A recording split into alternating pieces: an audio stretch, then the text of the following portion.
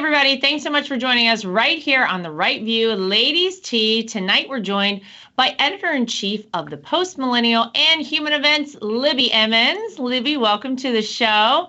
And host of Counterculture, Danielle D'Souza Gill. Libby and Danielle, love to have you both on. You've both been on with me separately, like in the past, eons ago, it feels like.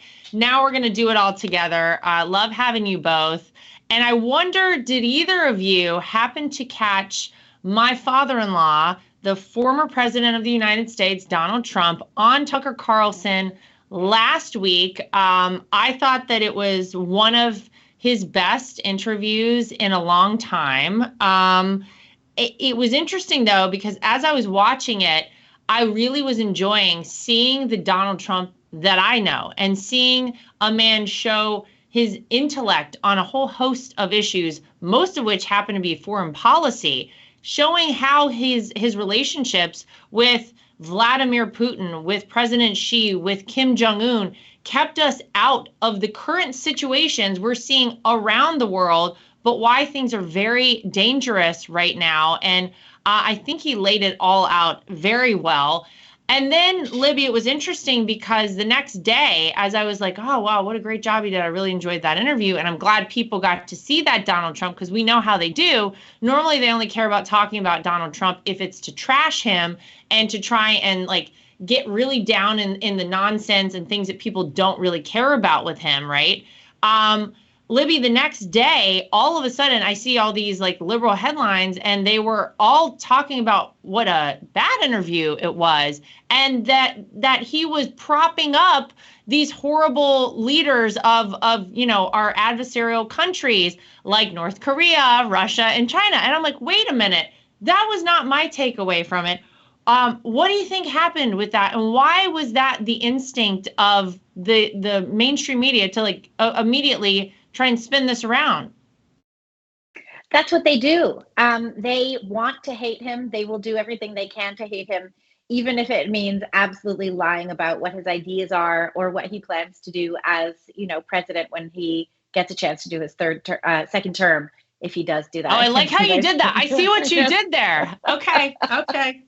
Well, I really, I think that Donald Trump's foreign policy ideas kept us out of war for 4 years. Yeah. And the more this whole thing in Ukraine heats up, and we saw what came out of the leaked documents, that the U.S. is already engaged, that the U.K. has troops already engaged. I think we need someone whose goal is peace and not endless war.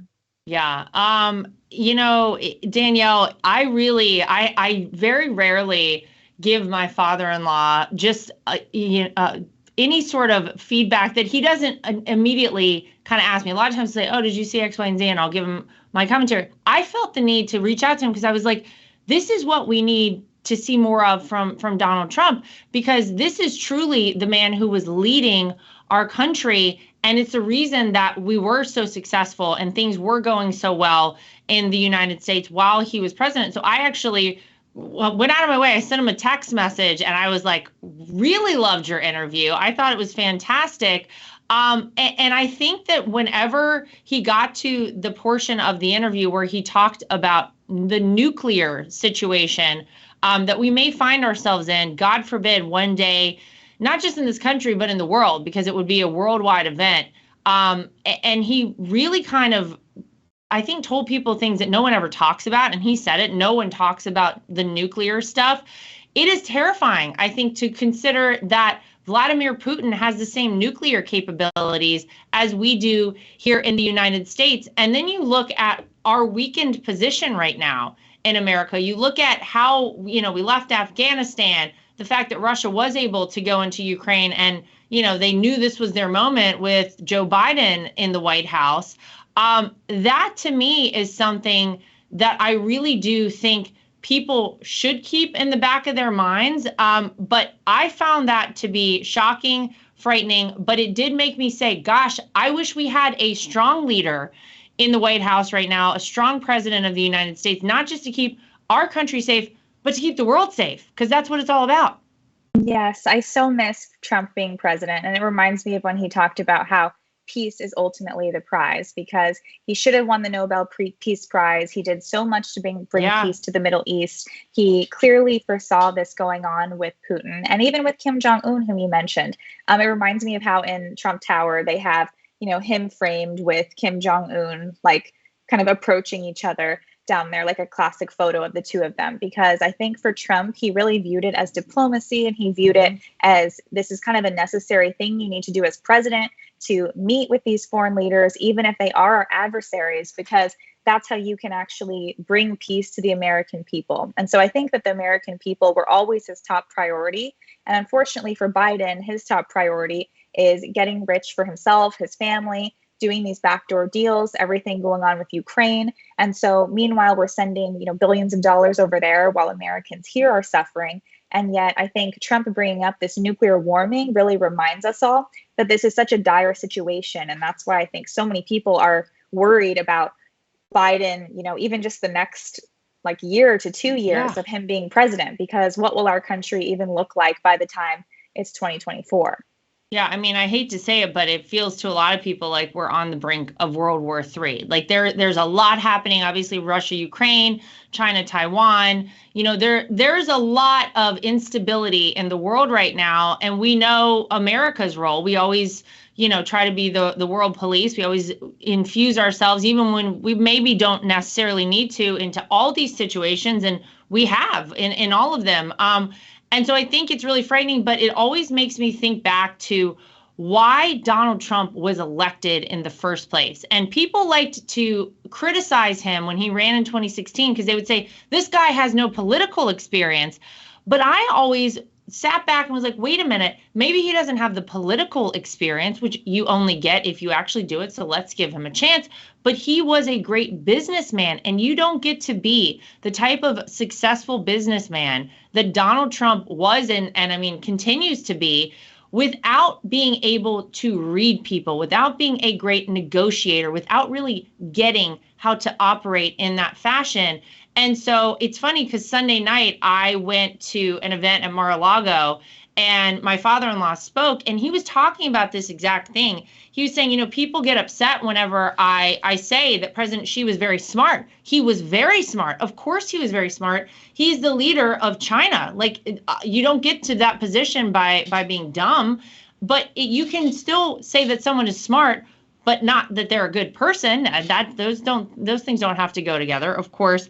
But he was saying it's a good thing that I got along with all of these adversarial leaders, because it kept us out of war. It kept us in a peaceful existence here in America. But he told a story on Sunday night, which I found very interesting, and I'll give a very brief synopsis of it. It's a story I had never heard, and I think it really proves why Donald Trump was so great at being president. He said that he went to the leader of South Korea, and he said, look, we've been protecting you from your neighbor, from North Korea, for a long time, and we do it for free. But you're a very rich country at this point. Why is it that you aren't paying the United States to protect you? You need to pay us something. I mean, no different than he did with our NATO allies, saying everybody had to pay their fair share. He went and said, look, if you guys want us to protect you, we're spending a lot of money doing this for you every year. And ultimately, he came to an agreement. Now, it was a tough negotiation, but no one better to do that than Donald Trump. And South Korea agreed to pay the United States annually somewhere in the neighborhood of like $1.5 billion to protect them from North Korea. That's a great thing for the United States. Guess what happened when Joe Biden became president? They nixed the whole thing, and now we're back to square one. So all the work that my father-in-law did, not only to benefit our country by saying, hey, if you guys want our help, maybe you should pay if you're a rich country. Now, it's very different if you're a country that can't afford it, of course, and that is, being bullied, so to speak, by a bigger, more powerful country. But those sorts of things people don't hear about. Those sorts of things really would make a difference in the long run for a country like ours. And it's so sad to me that we have such poor leadership that they could have just done nothing. No different than the wall, no different than all of it. And we see the direction they went. Anything that Donald Trump did, of course, they went the other way. And it sort of brings me to our next topic, which is crime. And of course, we had the House Judiciary Committee field hearing on crime in New York that just happened. They were talking about the failures of Alvin Bragg as the district attorney, the fact that crime is rampant in New York. We all know that. And then you look around the country at, of course, all of the Democrat-run cities, not the least of which is San Francisco. Libby, San Francisco just closed down its flagship Whole Foods stores because rampant drug use was happening in the bathrooms. There was violence towards the staff, and there was the theft of all 250 shopping baskets. I mean, is there any hope for San Francisco? Because I don't have any plans to visit there anytime soon, but if you do, maybe you want to change course. Yeah, or at least bring your own shopping basket. Yeah. I think that, when we see what's going on in San Francisco with Whole Foods closing, and we look also at the other, major and progressive cities on the West Coast, I'm thinking of Seattle and Portland, and in both of those locations as well, major shops, major stores that have been anchors for downtown shopping areas are closing, and they are citing repeatedly crime, threats against staff, concern for customers, and they are closing down because of this. And these are cities where the progressive leadership is allowing homelessness to just run rampant. They're not taking any precautions or concerns for these people. They're allowing the drug trade to just go on. And they're doing all of this under the guise of something called compassion. They say that they are more compassionate by letting people live on the street and shoot up in the public view. It's not compassionate to those people, and it's certainly not compassionate to the law-abiding, tax-paying citizens of these cities who want to be able to walk around downtown, who want to go perhaps grocery shopping and buy their food, who want to commute to work without all of these things going on. And we see that in some of these places, DA's office is set up like shuttle services to get people to and from work, because just commuting to work is dangerous. And I think that progressive leadership needs to reverse course on this. They need to take a much tougher stance and to protect the citizens of their cities, and not just to allow crime to go nuts. You saw what happened in Chicago. What was it? 3 nights of rioting, and the new mayor, who's even further left than the old mayor, who they got rid of because she couldn't control crime, said that what the kids really need are opportunities. And when they're saying opportunities, they're not talking about a better education, or teaching these kids responsibility, or how to grow up into law-abiding good citizens. That's not even what they're talking about. They're talking about giving in to all of the, various social emotional kinds of concepts, and completely abandoning these kids. These cities. That's what it's all, it's terrible. And I wonder, Danielle, like, where does this all end? Because obviously, if there are no repercussions, if nothing happens when you break the law, why would you then follow the law? And what happens to us as a society? I mean, honestly, sometimes I think about like Rome falling, and I'm like, well, are we close to that? Are we like headed in that direction? Because it is societal chaos out there. You had stores that, like Libby was just saying, were around forever in so many cases. You had multiple U.S. major retailers forced to shut down, mostly because of theft. Walmart's, Walgreens, Target's, Macy's. I mean, soon there's going to be nowhere left these people could steal from, because the stores are going to be shut down at some point. But then you just had, I think it was Sunday night, a 100-person mob. This was in Compton, stormed this like mini mart gas station type place.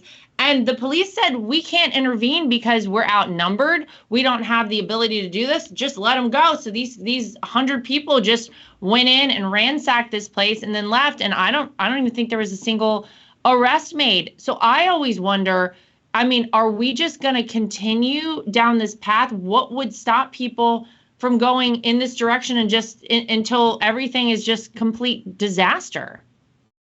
Yeah, it is complete disaster. And I think where it's ultimately all going is we're basically just going to have these two Americas, these red state Americas, blue state America, or maybe, blue city versus kind of the red areas outside of that. Because so many people don't want to live like this, which is why so many people are moving. They're saying, I literally can't function. I can't live here anymore.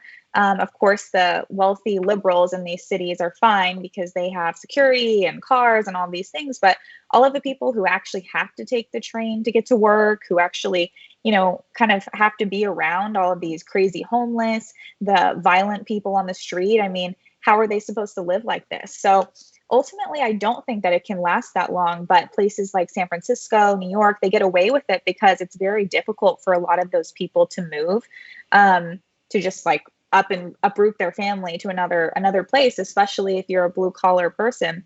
I just moved to Texas from New York, and I love it because it's a much better place than the city. But I would say that, I think ultimately it's not going to last because a lot of Americans are just like, I literally can't do this anymore, especially if you have a family, especially if you want to have children and you want to be able to go outside with them. You just can't even take them to a grocery store. Like in this Whole Foods example situation, you are going to have people around you stealing things.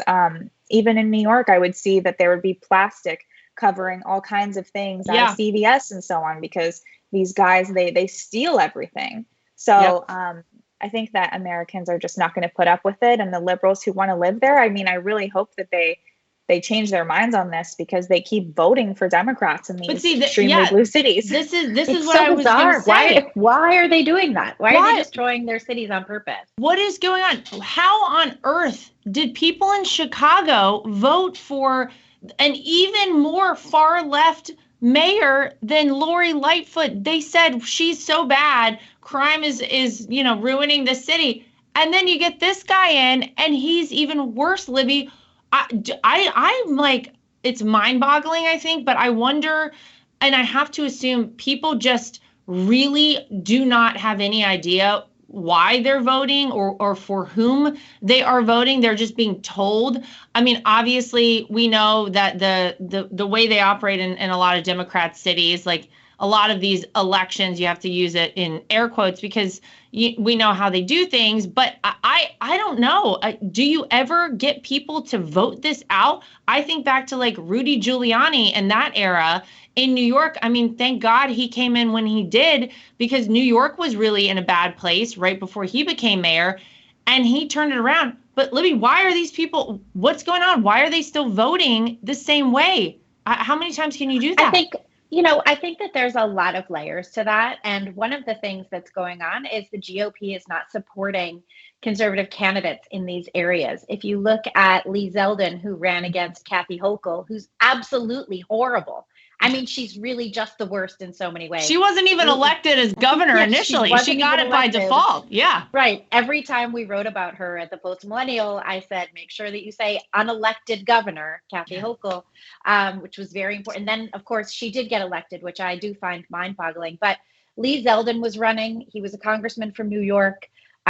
He did very well. He actually shifted, I think it was 5 congressional seats in New York to the GOP, and he got no support at all. Nobody hardly ever knew that he was even running. I remember last summer talking to columnists and saying like, oh, we should get some stuff on Zeldin. What's going on with Zeldin? We ran a couple of pieces on Zeldin. I didn't see anything about him anywhere. He didn't get a lot of support. He is entirely responsible for what was a red wave in New York. It's just that New York was so blue that the red wave, it was hard to even see it, but it really, 5 congressional seats is a lot. So I think the GOP needs to get out there. I think they need to back conservative candidates. I think that even though they're focused on a lot more of the red states and maintaining the representation there, they really need to get into these blue cities and start putting together teams that are electable. If you look at even Eric Adams, who is a Democrat, who is the mayor of New York, he was the most conservative Democrat running, and he got elected, and he got a huge percentage of the Black vote. And the reason that he did was because he was saying that he was committed to being tough on crime. Of course, now he's being completely obstructed by the most horrible DA, Alvin Bragg, who is instead going after Trump instead of dealing with the actual crime in the city. So that's a shame. But I do think that the conservatives need to get in there and start backing the candidates that are running and trying to save these places.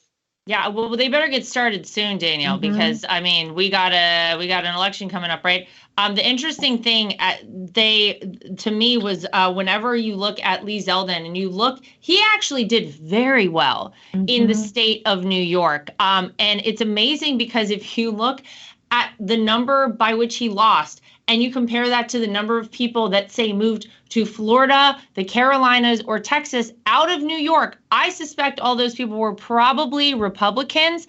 And had they stayed in New York, he probably would have been the governor. Man, wouldn't that have been a win? But I think that, that's exactly right, though. Obviously, he did help flip a lot of blue areas red.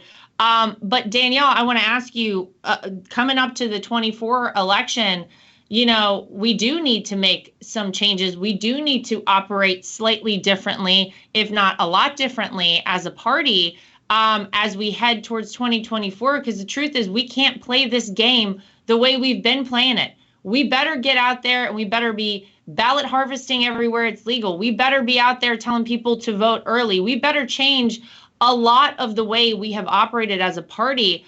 Otherwise, I really don't, it really kind of doesn't matter what happens and how many people come out and how many. I mean, look, my father-in-law got 11 million more votes in 2020 than he did in 2016.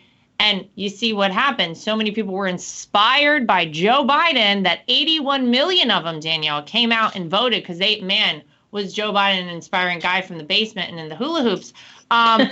We got to change something, though, don't we, as we head to 24? Yes, we absolutely do. And it's all about doing everything that's legal. Of course, we would never say to do anything illegal. But in some states, like in California, the Republicans there got really smart. They said, we are going to make sure that we ballot harvest. It is legal to do there. So if the other side is going to be gathering these ballots, we have to do the same thing. And I think that's what we're going to have to do until we change the laws state by state to tighten everything. And of course, make it so that it's voter ID. And I love the voting in person, of course, but then we see what happened in Arizona with, kind of the day of, with there being issues and malfunctions. And so then our side generally likes to vote in person. So we're the ones who kind of end up getting the short end of the stick there when they've been kind of gathering those ballots for a while. So I definitely think we have to do everything we can in that situation, whether that's going early. One thing that I think would be great to do is kind of going into more of the churches and more religious areas and old folks locations, because a lot of those people are very conservative and they don't know exactly if they can get to the polls that day or whatever it is. And we don't tap into a lot of our side, a lot of our main supporters, because I think we're afraid to kind of bring up politics in the context of maybe a religious setting or whatever it is. And it's just unfortunate because the left, they use every situation they can, any possible demographic they can. They could be homeless. They could be a dead person. They could be literally anyone. They're going to get their ballot. So we have to go to those people, living people, and say, these are the issues of our time. This is completely against your values. This is completely against everything you believe in. And so we want to collect your vote. Amen. Let's get it moving. I mean, there's no time to waste. We better start soon. All right, we're going to take a very quick commercial break. Stay with us. We'll be right back. At The Right View, we're very proud of the fact that we are independent. We get to say everything that we think and everything that we feel. We have no woke companies guiding us or telling us what we can and cannot say. We are always going to shoot you straight and give you the facts as we know them. And that's why it's important to support independent outlets like The Right View. My name is Lara Trump, and I think Mike Lindell is a patriot. He is someone who loves this country, is willing to fight for this country. I love my pillow because not only do I use them in my own bed at night, my children actually requested. My daughter the other day went to the closet and pulled out a My Pillow and said, "This is the pillow that I want to sleep with." And I gotta tell you, she loves it and will have nothing to do with any other pillow. So it's a big hit around our house. My dogs also happen to sleep on My Pillow dog beds. So all around the Trump household, we're big fans. If you go to mypillow.com today and use promo code Trump, again, promo code Trump, you will not only save money, but you will help us continue this show and other shows like it and help us continue the fight for the future of America. Inflation has impacted all of our lives. I don't think anyone can go to the gas pump or the grocery store without noticing that it is a major factor. And unfortunately, it's not going anywhere. It doesn't seem like it's going down in the way that we would like it to. And one way to protect your money is by investing in precious metals, gold and silver. That's always been a great way to make sure that you keep your money and you keep it safe. When you go to bh-pm.com, use promo code TRUMP. That way, if you decide you want to invest in gold and silver, you'll save yourself a little bit of money. We live in a time that's very interesting. A lot of us out there feel like a lot of our rights are slipping away. And if you're like I am and you want to have the right to choose whether or not to have a vaccine, how to live your life freely, and you're looking for a great doctor, I've heard amazing things about Dr. Sherwood. He's somebody who you should really check out and check into. So go to sherwood.tv and use promo code Trump. Again, sherwood.tv and use promo code Trump. You can save yourself some money and help us keep our program going. All right, so ladies, there's some more news that I feel like Bill Maher is making. And I always love, I'm just waiting for Bill Maher basically to invite me on his show because I feel like we'd get along. Every time Bill Maher says something that makes sense, I'm like, thank you. It's about time that somebody on the left makes a little bit of sense. So he had California Congresswoman Katie Porter and Piers Morgan on the show recently. And they were talking about trans issues, of course, because that's all anyone wants to talk about these days. But it is a big problem, especially if you happen to be a female athlete. Riley Gaines, a lot of people know she's a female swimmer, born a woman, and she was forced to compete against Leah Thomas, the born a man and now transitioned into a woman, which obviously everyone can see the discrepancy there. And the problem is that it's not fair for a biological man to compete against a biological woman. So they were discussing it. And Katie Porter said that the only reason Riley Gaines has spoken up about any of this was because she wanted to get likes and clicks. Libby, she was just, I believe like a week ago, or maybe a little over a week ago, at San Francisco State University. She was giving a talk about just having a dialogue with people and discussing, well, as an athlete, I can tell you this isn't fair. She and Leah Thomas apparently tied in some race, and they allowed Leah Thomas to receive the first place because they thought it would be better for a photo op. So guess what? Riley Gaines was pretty pissed off about that, and I don't blame her. And she said, this isn't right.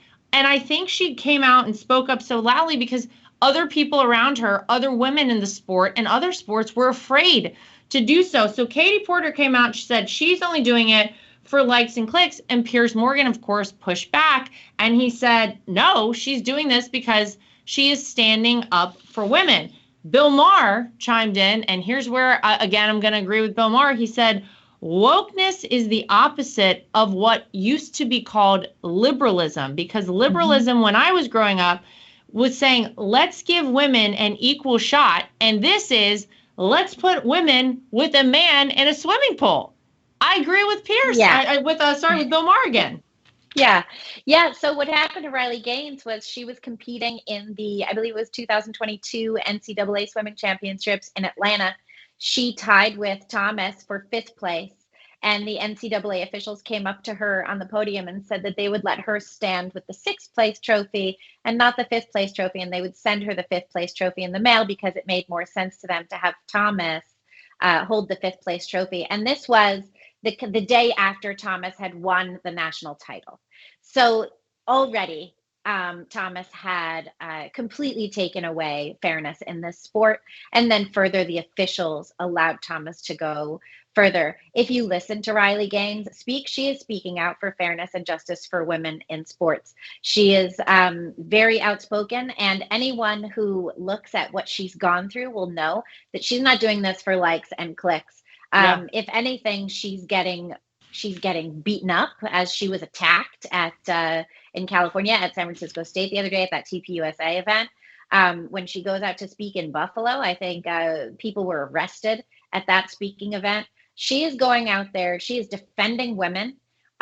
She is defending women's fairness in sports. She should be applauded, but for certain, she is not doing this for likes and clicks. And she said as much. She said that she had been intending to go to dental school this year and continue on her trajectory. There's certainly no professional women's swimming, so it's not like she was going to be going into something like that. She isn't competing in sports anymore. This for her is about making sure that the other women athletes do not have to face this. And she said this even at the time, watching her teammates compete against Thomas was almost more difficult for her than losing out herself. Oh, I mean, it's so true. And Libby, thank you for, I got into the story about what happened at San Francisco State, and then I kind of lost that. She was at San Francisco State giving this talk, and she was, I mean, really aggressively attacked. I mean, there's no two ways about it. She says that it was shocking. It was really shocking to watch them screaming and cursing at her, yelling at her, "Oh, are you crying?" Stuff like this, hitting her with things. She said that she was in the classroom giving the talk and people came in and turned out the lights. Right. She was terrified. She was in a room guarded by security, I think, for 3 hours, waiting for them to disperse so she could come out and leave the campus. It is. I really, and I give her a lot of credit, because guess what? At that point, a lot of people may have been like, you know what? Maybe I'm just going to kind of back off of this. But Danielle, she didn't do that. She said, no, I'm going to continue to talk about this because it is not right. And I can't imagine having gone to the level of being able to go to the NCAA championships, right? This is something I guarantee you she had worked for her entire life. She must have started swimming as a little kid, probably swam all through high school. Then she got into college, and that's the pinnacle. It doesn't get any better than that whenever you're in college, literally, unless you go to the Olympics, right? And then to have a man beat you, and then not even beat you, tie, and then so insultingly that people were like, you know what, it looks better if we let the guy get the thing. Can you imagine that? To me, I give her so much credit for this. Something else Bill Maher brought up was Title IX. Title IX was passed to make sure that there was equality, that women's sports and men's sports were equal. But it feels like, what happened to that? Shouldn't there be some way to bring that back, or somebody bring it up, or at least check it over, have some lawyer say well, I think that this is probably an issue. And the truth is that obviously women are being hurt here, but okay, so if you happen to be a trans athlete, you do need a place to go. So why aren't we figuring out what to do there? Why aren't we figuring out maybe another category for people? Because it's one thing in swimming, but there are other sports where someone could truly get injured if you have a man competing against a woman. That's dangerous. Yeah, of course. And I think that's something Piers Morgan suggested also, is either you compete with your original biological sex. So, this man would compete with other men as he would have otherwise, or this third category situation. But the only other option is where we are now, which is where women basically never get to compete in sports again. And so that means that if you look forward to the future, if you have a daughter, what is the safety involved in her, I guess, playing soccer, playing sports, because other boys will be playing also. And even if you look ahead, a lot of girls rely on this for scholarships. They want to go to college, right. They want to do other things, and that's their way to get to their goals. And so they wouldn't be able to do those things. And as far as Riley Gaines using this as clickbait or a way to kind of become famous or something, I would say that's totally ridiculous, because I'm sure both of you guys know that talking about the trans issue or talking about any of this basically is an immediate way to become blacklisted from those things in general. So like she mentioned, she may want to go become a dentist. She may want to get a job in some other arena. So this is immediately going to make her a pariah in that sense. And even on social media, there's so much censorship. So we can't even talk about a lot of these issues on certain platforms because it's such a, kind of red letter word when it comes to all of this. So I think the idea that it's for clickbait is ridiculous because these issues are so censored. And talking about trans, it seems like it's common sense. Everyone should support this. Obviously, you mentioned Title IX. You would think that every single liberal would think, of course, we have to protect girls in sports. But no, we have to talk about this and then basically be the only people in the room speaking about common sense. I really wonder if so many of the folks on the left who, I wonder if what they're actually saying when it comes to a situation like this is in line with what they really feel. Because obviously, yeah, you're right, Danielle. People are terrified to talk about this stuff. I don't talk about it in the way that I have any sort of ill will towards anyone. I just think things need to be fair. I think that, it's crazy to think that anyone would not be able to see how, unfair this is and unjust this is, and why it's terrible for women. You just pointed out like the scholarship opportunities. Think about like long term what that could ultimately mean for a woman. But it is something that does need to be talked about, because we are, feels like, on a very slippery slope. Like the long term of this, I find very scary. And then you have Washington State. On April 12th, Washington State passed a bill that would allow youth shelters to harbor a child against the child's parents' wishes while proceeding with a sex change procedure or an abortion. So in essence, not only do the parents not have any say on this sort of life-altering decision of a child to potentially mutilate their body beyond repair, or take a human life, have an abortion, but they also can just be kept away from their parents, because they're saying if a child wants to have some gender reassignment surgery, and the parent doesn't want them to, then that is akin to child abuse, Libby. That's pretty extreme as far as a lot of people are concerned. I don't know that many people know that this happened, but that is a pretty frightening bill. If you live in Washington State and you happen to have a kid who might have some gender confusion of some variety, now you are sort of in the abuse category, as a abuser category, and your child could be taken away from you. That's terrifying. It is terrifying, and it's happening not just in Washington State, but also California. Yeah. This kind of bill is coming to New York. It's in Vermont as well, and it's coming soon to a state legislature near you. Your children do not get to be protected by you, but they get to be modified for sex change by the state. This is an absolutely terrifying thing. And I do think that it's very relevant that you mention abortion and that abortion is part of this bill.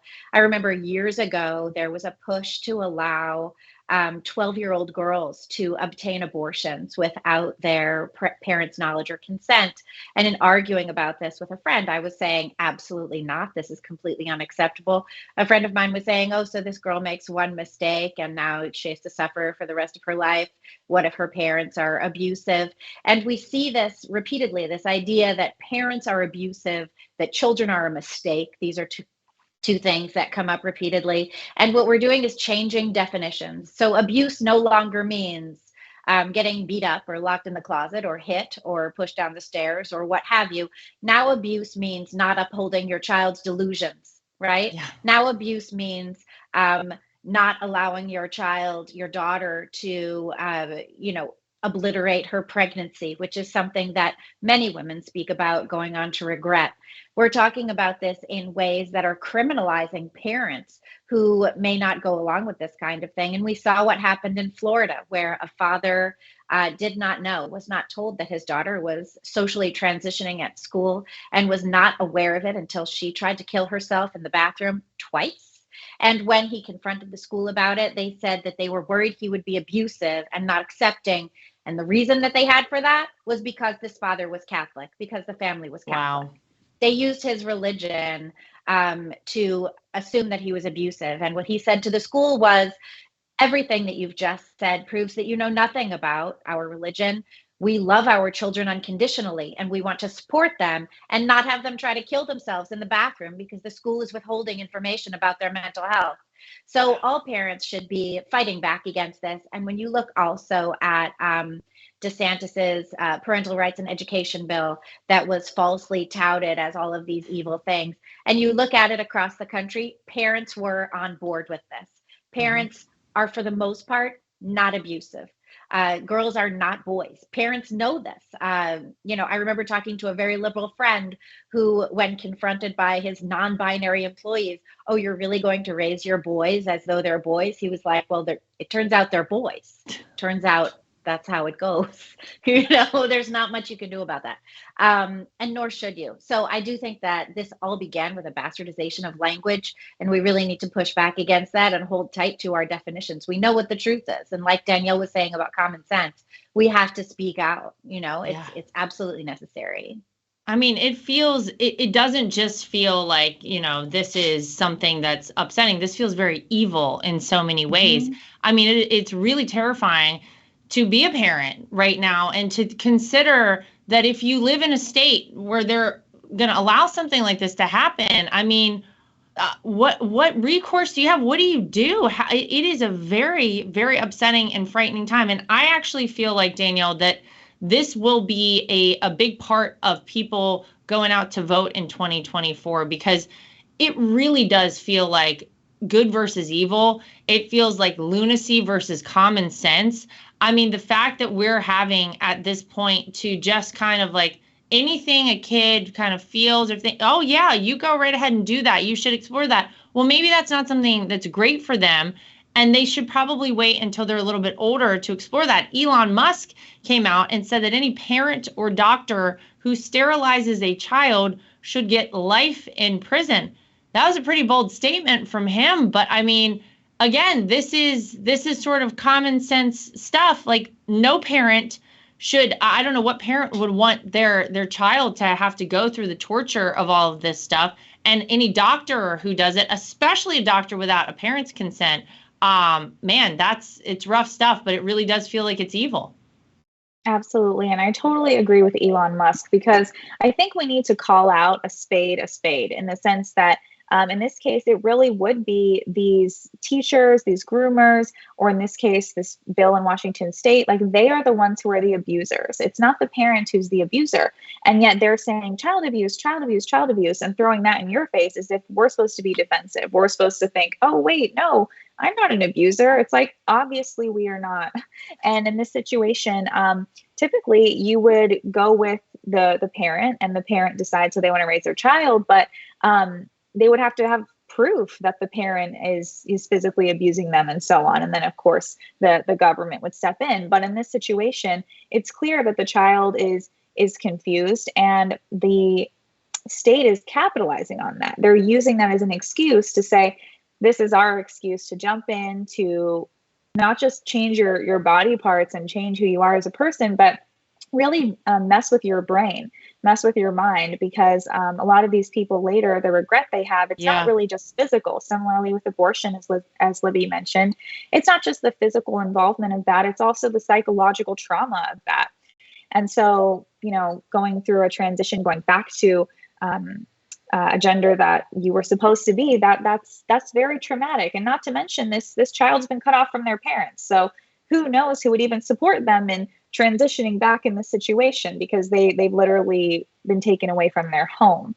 So it's so extreme. And when you mentioned 2024, of course, I think this will be a key issue, because this literally hits home in the sense that, like, this is my home, this is my child, and so you are taking away their innocence. And I'm having a baby in a couple months. And so congratulations. Thank you. I'm so excited, but it is frightening when you think about this, because they go for the children so young these days, and even little kids books that are not even for kids who have advanced reading skills. It's scary. And so I could see a lot of kids being confused, not because it's their fault, but because this is the culture around them that is trying to confuse them. Yeah, I really do think it's a big issue for people. Just all of the woke infusion that is, like, it's just constantly being fed to our kids. And you're right, Danielle, at a very young age. I was talking earlier to one of my friends back home in North Carolina, and she has a 3 and a 6-year-old, and her 6-year-old is going into first grade next year. And she was saying, I really am a little scared to send my kid to public school, because I don't feel like I fully know what is going on in these public schools. We're talking about a first grader, okay? And she and her husband are like considering putting their child in a private school, a private Christian school. Although they don't have the money for that, they're kind of worried as to whether or not they could actually afford that. But I think a lot of people around the country are finding themselves in this same place where they're like, what happens? I send my kid to public school, which used to be a great place. I went to public school my entire life. I guess I turned out okay. I don't know. Depends who you ask, really. But truly, the sort of woke ideology that is indoctrinating our kids right now is really scary to people. The fact that they don't feel like they have full control over any of this stuff, and then you hear things like these, laws being passed that essentially takes a kid away from the parents. It is very scary, but I do think as we head towards this election, maybe people don't want to talk about it because they're afraid to talk about it. They're talking about it at home. They're talking about it with their spouses. They're talking about it with their friends and the rest of their families, because it is very frightening right now, I think, to be a parent. Danielle, when are you due? Tell us. I didn't even know about this. Oh, I'm very excited. I am having a baby in July. I actually announced it on Instagram with myself at Mar-a-Lago, with my husband, with my Where was I? Because I don't know, I missed you. But it was that night when Trump was reacting to the indictment. And so I think I was outside, but basically I was like, I'm so excited because there's a little patriot on the way. And then basically my husband did like a little bubble from my stomach that was like, I love Trump. So we were like, okay, we're going to have to post now, because now like everyone can see that it's like super obvious. So yeah, July. So I'm super excited, but yeah, I think it's just so crazy how dark things have gotten, even from 2016 to 2020, now 2024. It's like, I don't know how many more elections it's just going to keep getting darker with these issues with trans, with kids, because I've loved Trump since, 2015, since this all began. And so every time I see kind of the new issues coming up, not even that long ago, I feel like the issue was more just kind of gay rights in general. And it wasn't even thought of that this would go down this slippery slope. And of course, back then, I think the left said this would never happen. Of course, we would never go towards pedophilia, all these other things. Now we see children think that they're animals. They think that they're cats. They furries. They're all these objects. And there's a lot of weird stuff going on now that we have to try to stop. But it's like crazy how quickly it's escalated. It's so the true. Issue too, I think, in so many ways, is that adults are not taking responsibility for their children, and they're not taking responsibility for culture or for the country. We've created a class of adults that doesn't feel like they have any say in what goes on around them, or perhaps that it's so relativist that it doesn't matter, that nothing can really have an impact. And I think that's a shame. It's so important as parents to teach your kids to grow into responsible, effective adults. I tell my son this all the time. You're going to grow up to be a responsible and self-sufficient man, to take care of himself and the people he loves. And that's the expectation. I think it's important to remember. How old is he? He's 13. Oh my gosh. Well, that's great. Thank goodness we got a couple of parents out there, because this is our future generation we're talking about. These kids, if we don't teach them how to be responsible adults, I don't know what's going to happen. It is very scary. What a weird time. I think the good news is I think we have had a whole host of people that have woken up. I think a lot of people were like, how bad could it get with Joe Biden? How bad could the Democrats possibly be? Here we are. I think as we head towards the election of 2024, we're going to see a lot more people coming out and voting for Republicans, because it's just, quite frankly, it's crazy. So ladies, I want to say thank you to both of you, Libby and Danielle, for joining us here on Ladies Tea at The Right View. We'll hope you'll come back again soon. To everybody at home, as always, make sure you like, follow, subscribe, and share. And we'll see you back here next time for more of The Right View.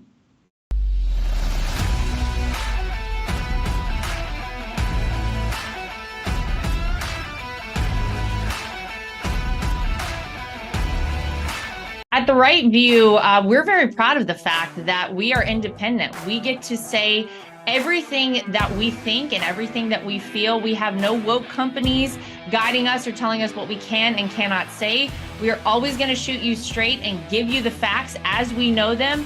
And that's why it's important to support independent outlets like The Right View. My name is Lara Trump, and I think Mike Lindell is a patriot. He is someone who loves this country, is willing to fight for this country. I love MyPillow because not only are MyPillows made in the USA by American workers, but they're great products, and they're so great that not only do I use them in my own bed at night, my children actually requested. My daughter the other day went to the closet and pulled out a MyPillow and said, "This is the pillow that I want to sleep with." And I gotta tell you, she loves it and will have nothing to do with any other pillow. So it's a big hit around our house. My dogs also happen to sleep on MyPillow dog beds. So all around the Trump household, we're big fans. If you go to mypillow.com today and use promo code Trump, again, promo code Trump, you will not only save money, but you will help us continue this show and other shows like it and help us continue the fight for the future of America. Inflation has impacted all of our lives. I don't think anyone can go to the gas pump or the grocery store without noticing that it is a major factor. And unfortunately, it's not going anywhere. It doesn't seem like it's going down in the way that we would like it to. And one way to protect your money is by investing in precious metals, gold and silver. That's always been a great way to make sure that you keep your money and you keep it safe. When you go to bh-pm.com, use promo code Trump. That way, if you decide you want to invest in gold and silver, you'll save yourself a little bit of money. We live in a time that's very interesting. A lot of us out there feel like a lot of our rights are slipping away. And if you're like I am and you want to have the right to choose whether or not to have a vaccine, how to live your life freely, and you're looking for a great doctor, I've heard amazing things about Dr. Sherwood. He's somebody who you should really check out and check into, and it'll help support this program and keep us going. So go to sherwood.tv and use promo code Trump. Again, sherwood.tv and use promo code Trump. You can save yourself some money and help us keep our program going. Ladies and gentlemen, this just in. We'll keep this a little secret between you and me and them and everybody. Whoa. The people that are actually at the tip of the spear, working directly with President Trump on a day-to-day basis to save this nation, they're all joining us on the Reawaken America tour. We have President Donald J. Trump's Chief of Staff, Kash Patel. We've got Peter Navarro's joined us on the tour. We have General Michael Flynn. We have Eric Trump. The people actually working at the tip of the spear with President Donald J. Trump to save America are joining us on the Reawaken America tour. Whoa. If word of this gets out, if the truth about election fraud, medical fraud, religious fraud, monetary fraud, and mainstream media gets out, it may just save the nation. The Reawaken tour's coming to our place, hallelujah. It's gonna be lit. It's gonna be lit. Yeah, it's gonna be lit. Wide slam open. And now, ladies and gentlemen, on May 12th and 13th, the Reawaken America Tour is coming to Miami, Florida, and to the beautiful Trump Doral Resort and Golf Course. Once again, ladies and gentlemen, the Reawaken America Tour is coming to Miami, Florida on May 12th and 13th. Get your sunscreen ready because General Flynn, Mike Lindell, Amanda Grace, Julie Green, Pastor Dave Scarlett, Dr. Judy Mikovits, Kash Patel, and Team America are taking the Reawaken America Tour to Trump Doral on May 12th and 13th. And then we're taking the God-fearing, revival-starting Reawaken America Tour into Sin City. Yes, ladies and gentlemen, we are taking the God-fearing Reawaken America Tour to Las Vegas, Nevada on August 25th and 26th. General Flynn and Team America will be taking the Reawaken America Tour to Las Vegas, Nevada. And the Patriots will be staying together at Trump International Hotel, Las Vegas, located at 2000 Fashion Show Drive, Las Vegas, Nevada, with zip code 89109 if you want to send them a letter. And yes, Alex Jones will be live and in person at the Reawaken Reawaken America Tour, Las Vegas, Nevada. Once again, ladies and gentlemen, put it on your calendar. Get those tickets right now. August 25th and 26th. Eric Trump, Dr. Peter McCullough, Mel K, Dr. Stella Emanuel, Owen Schroyer, Alex Jones, Seth Holhouse, Pastor Mark Burns, Pastor Leon Benjamin. We're all taking the Reawaken America Tour to Las Vegas, Nevada, ladies and gentlemen. Las Vegas, Nevada, and that's going to be August 25th and 26th. Thus far on the Reawaken America Tour, we've featured Dr. Dave Martin, the late great Dr. Vladimir Zelenko, Charlie Kirk, Donna Clement Petruska, Sean Foyt, Karen Kingston, Chad Prather, Robert F. Kennedy Jr., Dr. Alan Keyes, Mickey Willis, Roger Stone, Dr. Richard Bartlett, and hundreds of patriotic speakers that you know, including Del Bigtree, Thomas Renz, Sidney Powell, Jim Caviezel, Donald J. Trump Jr., Peter Navarro, Klaus Schwab, Yuval Noah Harari, Bill Gates, and the godless globalists have their annual meeting called the World Economic Forum at Davos. But we that reject the Great Reset have the Reawaken America Tour coming to Miami, Florida, and coming to Las Vegas, Nevada. Get those tickets at time2freeamerica.com. That's time2freeamerica.com. We have scholarship pricing to make these events affordable for everybody. Every Reawaken America Tour event has sold out, so request those tickets today at time2freeamerica.com. That's time2freeamerica.com. Or for faster service, you can send me a personal text to 918-851-0102. That's 918-851-0102. And to be bilingually sensitive, that's 918-851-0102. We hold these truths to be self-evident. All men and women created by you know the thing. We will shut you down. We will cite you. And if we need to, we will arrest you and we will take you to jail. Period. I wasn't thinking of the Bill of Rights when we did this. But no amendment to the Constitution is absolute. God actually spoke to me. He spoke about sacredness. He said to me, Kim, what I place in many, many people is sacred. And if anybody touches what is sacred to me, then it is the end for them. So what I've done in the United States of America is sacred. And there are people on every side that are trying to destroy what I deem sacred. And it's not going to happen. This is the definition of criminal conspiracy, racketeering, and collusion. This is not a theory. This is evidence.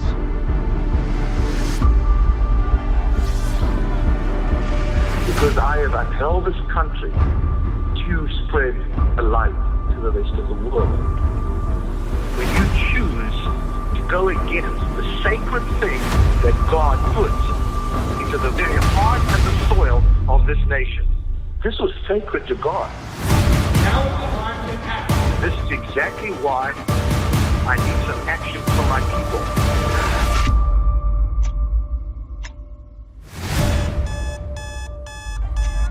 Hello, everybody. It's an honor to be with you.